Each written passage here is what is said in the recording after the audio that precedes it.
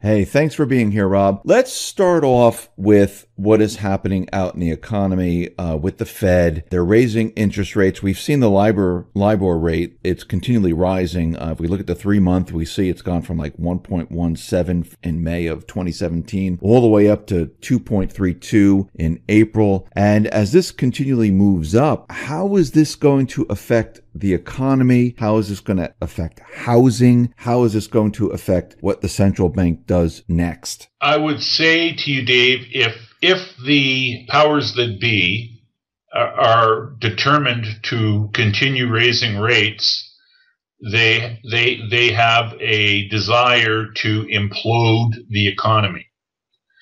And I don't think that they're going to maintain their recent course of action raising rates, because I honestly believe that the powers that be are afraid that if they collapse the economy, that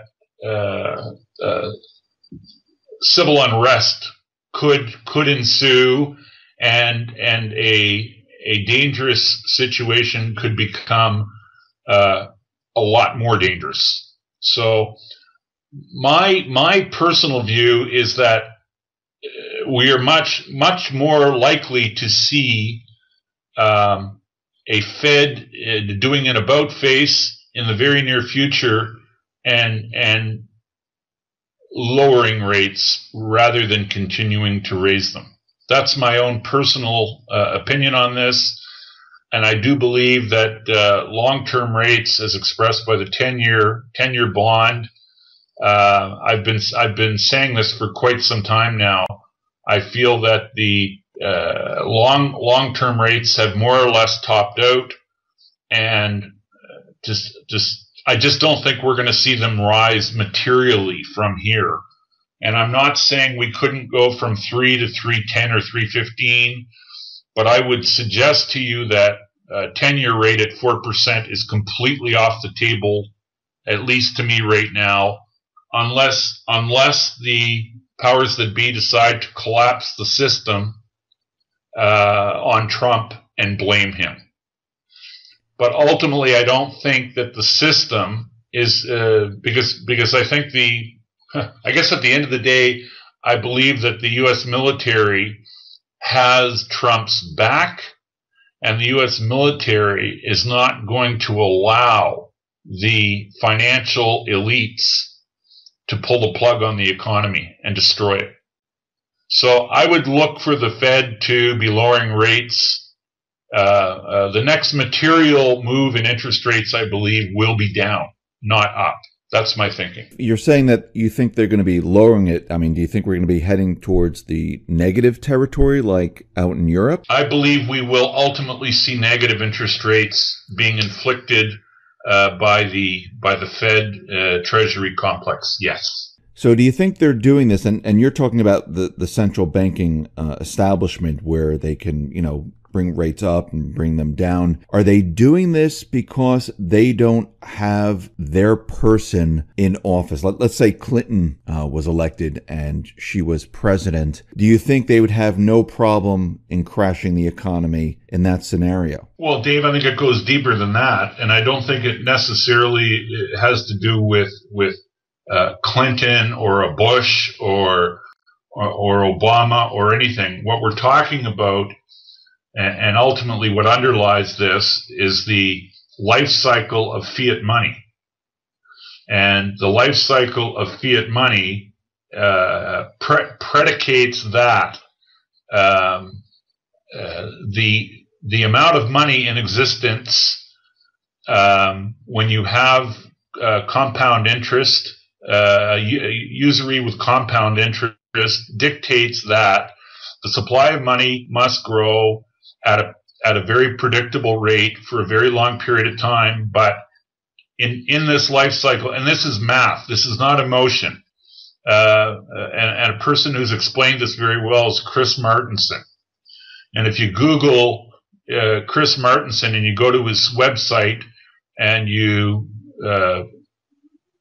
go through a little tutorial called the Crash Course, And what the crash course produced by Chris Martenson, what it explains very succinctly, is that money, fiat money, in its life cycle grows at a very predictable, even rate for a certain period of time, but then it inflects.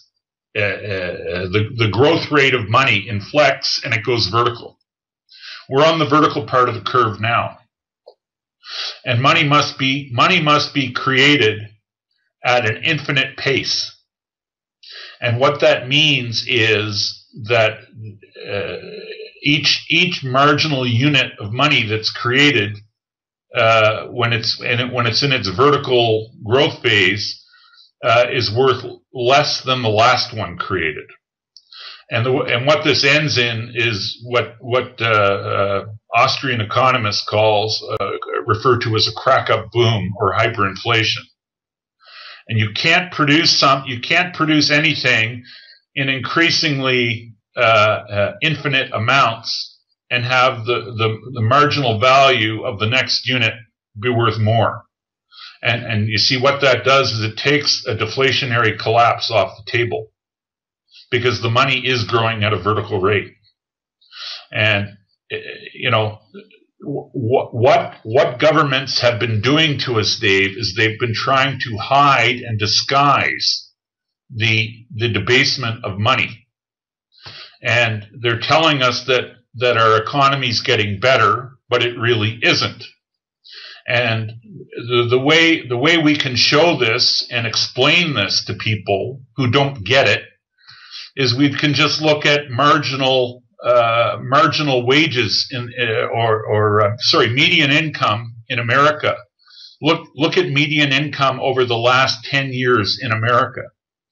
Median income's gone from $50,000 a year in 2007 to $59,000 in 2017. And that's an increase of $9,000 in median income over the last 10 years. And that increase of $9,000 is very representative of official U.S. government inflation data, which tells us inflation's running around 1.5% a year. But the interesting thing to take note of is $50,000 10 years ago bought 23,000 pounds of ground beef. But $59,000 today buys only 17,000 pounds of ground beef. You see, and while geez, Rob, you're using just one item. There's an infinite number of items we could put in this model besides ground beef. But what it's showing and what it demonstrates is the debasement of money. And it means that more money is buying less. And that is very consistent with what the crash course explains in the life cycle of fiat money. More money is being created, infinite amounts of money are being created, and yet the dollars are buying less. That is monetary debasement, and that is symptomatic of an emerging crack-up boom, which is what the Austrian economists have long said is the way fiat regimes end. And you know what? And this fiat regime will ultimately be no different than other fiat regimes in history, because they all end this way. It's like we know the life cycle for humans. Humans are born and they live more or less somewhere between, on average, they live 70 to 80 years of age. Some outliers, some people make it to age 100 or 110. But there's nobody on the planet that's 200 years old. At least nobody I've met. I don't think I've ever known anyone that lived to 150. Well, fiat money has a life cycle like humans have a life cycle, and fiat money regimes die, just like people die. And our fiat money regime is in the process of dying right now. And there are some people who would even suggest to you that it's in the intensive care unit right now. So that's where we are, and that's where we're headed. And it doesn't really matter how much money they create. This is the path we're on, and they have to continue creating this money. And by the way, the little hook to add into this discussion is that when you increase interest rates, it dies quicker. So if you think that the system, you see, the people in the U.S. Treasury and the people at the Federal Reserve and the people at the Bank for International Settlements, they know all this. So if you think they're going to hasten their own demise, then keep banking on higher interest rates. But you know what? Most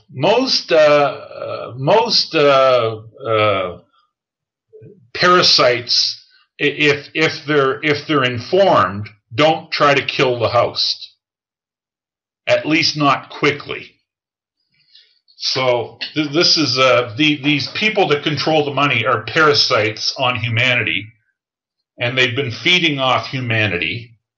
And they've inflicted their fiat money regime on us, but they're not ignorant. They're actually very clever, and the extent of their cleverness is explained and is demonstrated in the way that they present economic data to us. They tell us we're doing better, but our dollars are buying less. Well, that's a lie, because we're not doing better, and our dollars are buying less, and our living standards are decreasing, not increasing. So that's reality. So if they don't raise interest rates and they start to drop interest rates, like we said in the beginning here, and they decide, okay, let's not crash the economy, won't eventually, like you said, from Austrian economics with the crack boom cycle, won't the economy die by itself then? Well, I think what's likely to happen, because we've been witnessing it for a number of years already, is that foreigners will abandon the dollar. But we've been seeing a lot of this over the last 2 or 3 years, where countries have been making, particularly in the Asian world, countries are making bilateral trade agreements where they conduct their trade in other than dollars for everything from oil to agricultural to commodities. This is a process that has been underway now for quite some time, and it's all part of the death process of the fiat currency, which is still currently the world's reserve currency. But these are all symptoms of the dying dollar, and what it's done to the world is fractured the world, because the money's dying. The money's bad. When you have bad money, you have dishonest commerce. And when you have dishonest commerce, you have friction in the world. And boy, look at the world today. Look at the friction. Look at the global hotspots. There's more of them today than there has been at any point in time, probably in the last 60 or 70 years. And what's the common element? Like all the countries where we're seeing friction, the friction is almost exclusively with countries that are doing trade in other than dollars. It's the common element. I mean, Iran is doing business in other than dollars. Russia is doing business in other than dollars. China is doing business in other than dollars. Venezuela is doing business in other than dollars. You know, Iran was the leader was deposed because he was selling oil in euros. Libya was destroyed because Gaddafi wanted to create a gold-backed currency, which is trade in other than dollars. And if you want to become an enemy of the United States of America, all you need to do is say you want to do business in other than dollars. And any country that suggests they're going to do that quickly gets on the enemy list. And their leader becomes very ripe for being deposed or for a civil war. So pay attention to what's going on around you. And then, I don't know, from my standpoint anyway, to me, everything goes back to the money. Everything is about money. Follow the money. And when the money's bad, you have problems. And people are leaving the dollar because the stewardship of the world's reserve currency, the people who've been given this responsibility, have not acted in a prudent way, and they've squandered this this responsibility, this privilege granted has been squandered in the name of nation building and other unthinkable things. And it's the old notion that absolute power absolutely corrupts, and it certainly has done so in the Western world through the vestiges of the dollar as the world's reserve currency. Wouldn't it be a good thing if this system, and again, this system is a central bank system. It was designed by central banks. This is not we the people system. They loan governments, currency with interest attached, and we the people, we're enslaved to this and we have to pay it back. Wouldn't it be a good thing that if all the countries, they move away from the dollar and the system just breaks down and collapses? Ultimately, I think, Dave, that's exactly what's going to happen. But what happens to America and the West as this is happening? I mean, the dollar is failing. The dollar will continue to fail. That is etched in stone. That's, and to suggest otherwise is like saying you're going to live till you're 200 years old. And you know what, Dave? Nobody listening to this broadcast is going to live to see 200. And it's a dog that doesn't hunt. It won't happen. So, we have so much time. We're allotted a certain amount of time to be on this planet. And fiat currency regimes are allotted a certain amount of time. And we can argue about what the end date is. And frankly, arguing about the end date of a fiat money regime, in my view anyway, it's moot. Because the important factor is it will end. And it's a sure thing as a human life will end. So, so then to me the real challenge or the real issue is how do I, especially if you're thinking in terms of intergenerational preservation of wealth or a legacy to leave your kids, how do you position yourself best to weather the death of money? Historically, people have invested in real stuff, whether it's a family farm, whether it's real estate holdings, or whether it's precious metal or fine art. These are things that historically, tangible real stuff has historically survived the demise of fiat money.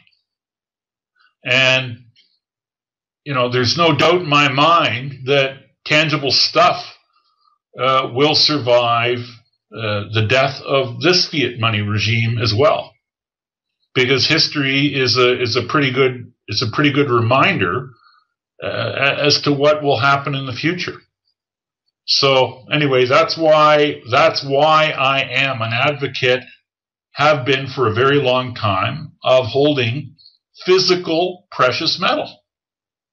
Because physical precious metal, it doesn't owe anyone anything. If you don't have it in your possession, for the most part, you don't own it. Which is why you don't want to have it stored with a third party.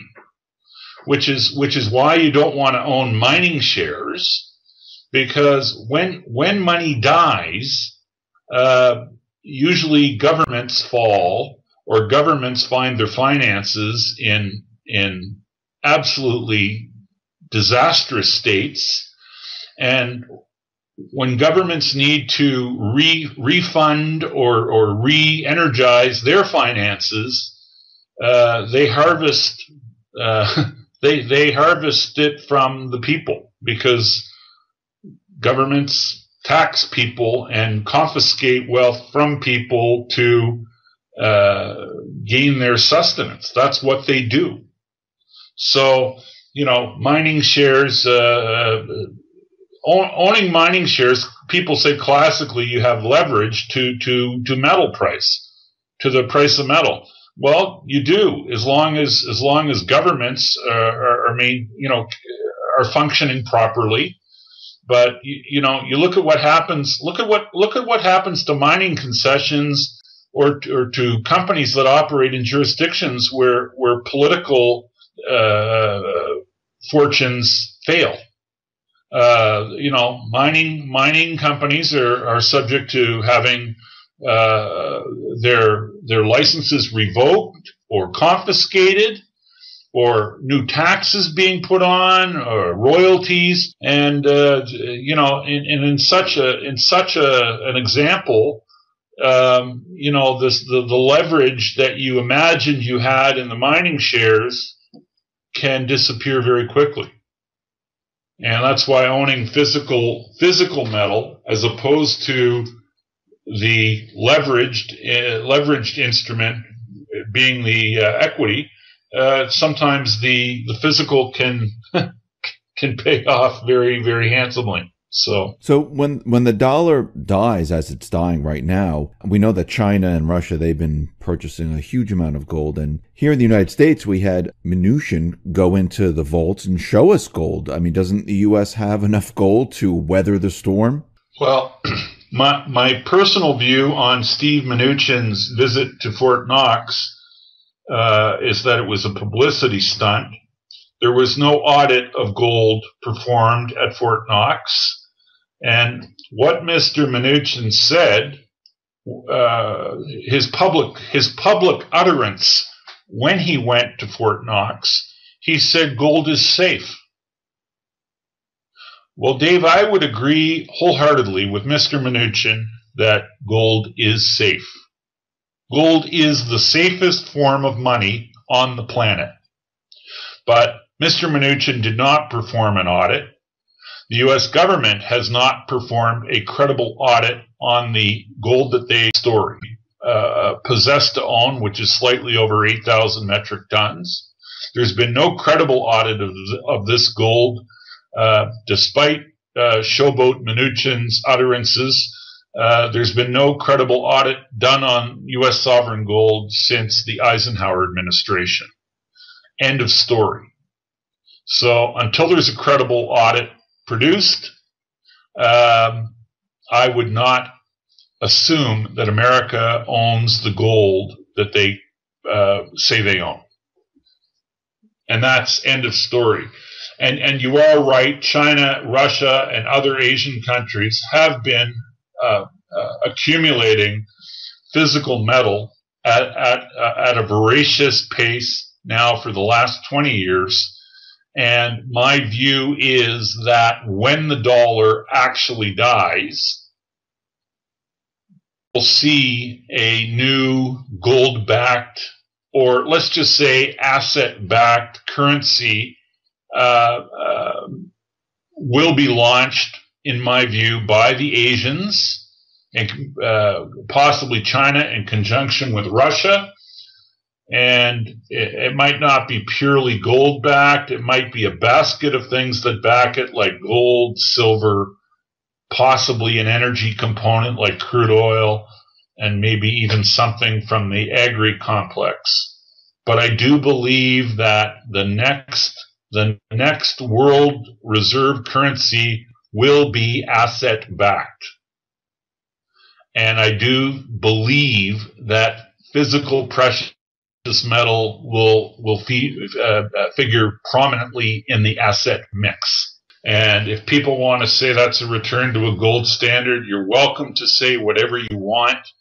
But that's where we're headed. I mean, it definitely looks that way, because if you really look at what China and Russia, what they've been doing, I mean, they introduced the petro yuan. It's like, the petrodollar. They have gold holdings. They've created exchange systems like here in the United States. They created a payment system just like here in the United States. They're setting up the One Belt, One Road system for trade. They're having bilateral trades all around the world. I mean, if you really look at it, they duplicated everything that was here, and they have it out there now. And they have it.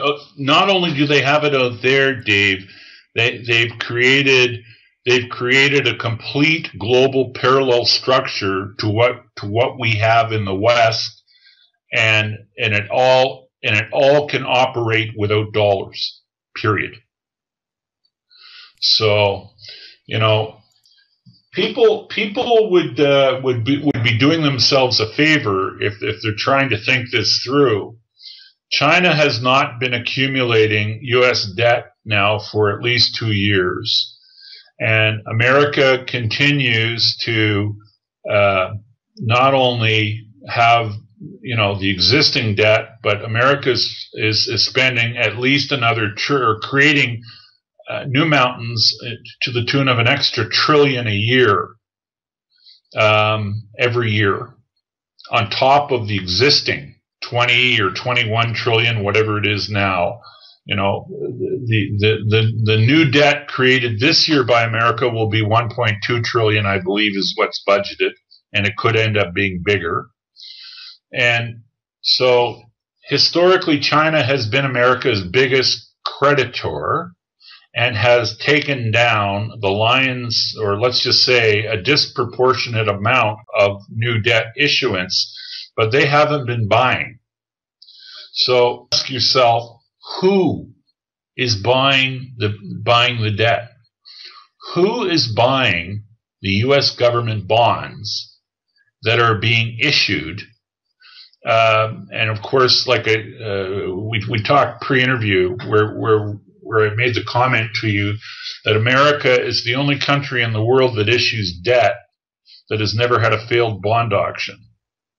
Well, that still continues, and America continues to auction debt, and it appears, at least, that no amount of debt America wishes to issue ever produces a failed auction, and it seems anyway that the demand for this debt is unlimited.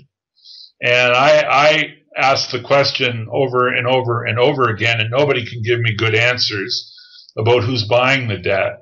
And my guess and suspicion has long been the money that's being used to purchase the debt is in large part a part of this missing $21 trillion that was documented by Dr. Mark Skidmore and his research team at Michigan State University, where in two government departments, namely the Department of Defense and HUD, Housing and Urban Development, from the years 1996 to 2015, government documents show that there's $21 trillion that is unaccounted for, which is an insane amount of money.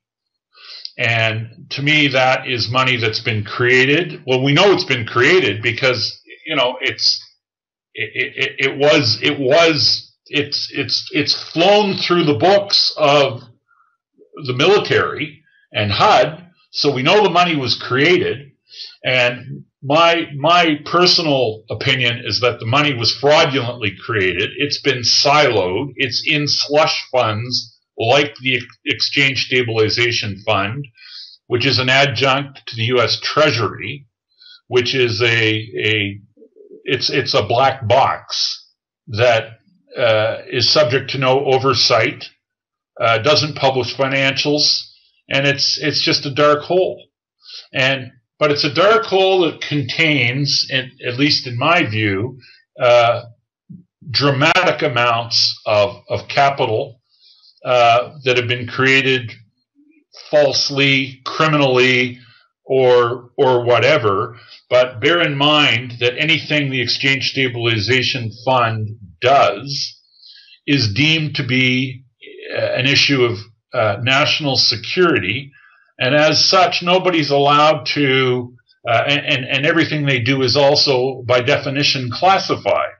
So nobody in the U.S. government is going to be telling stories about what the Exchange Stabilization Fund is really up to, because doing so would make you about as welcome as Edward Snowden.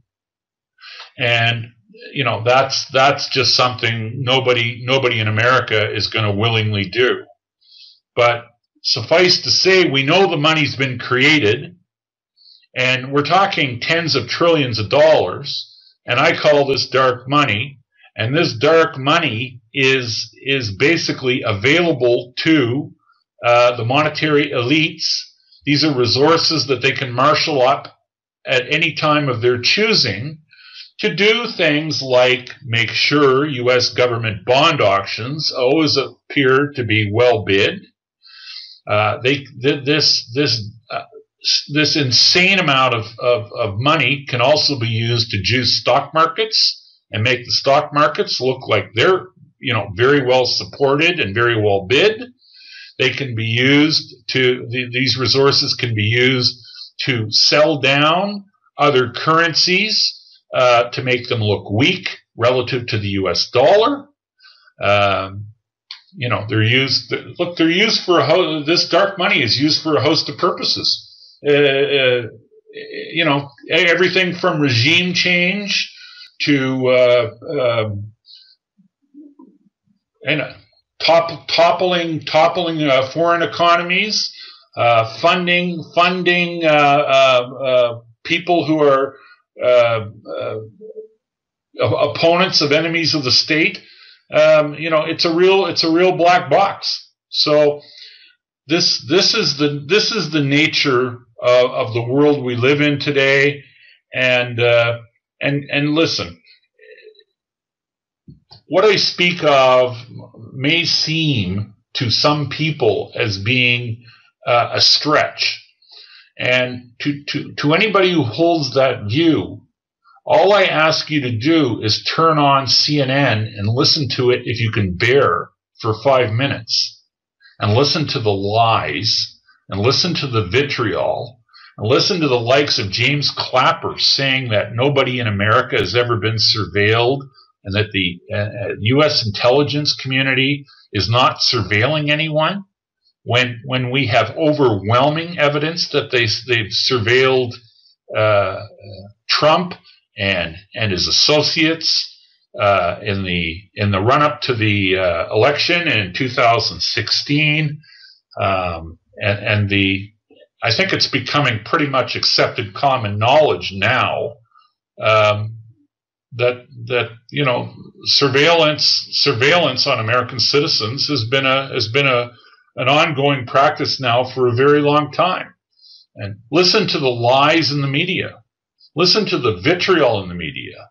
Listen to elected and non-elected heads of the intelligence community, whether it's the FBI, whether it's the CIA, whether it's the National Intelligence Agency.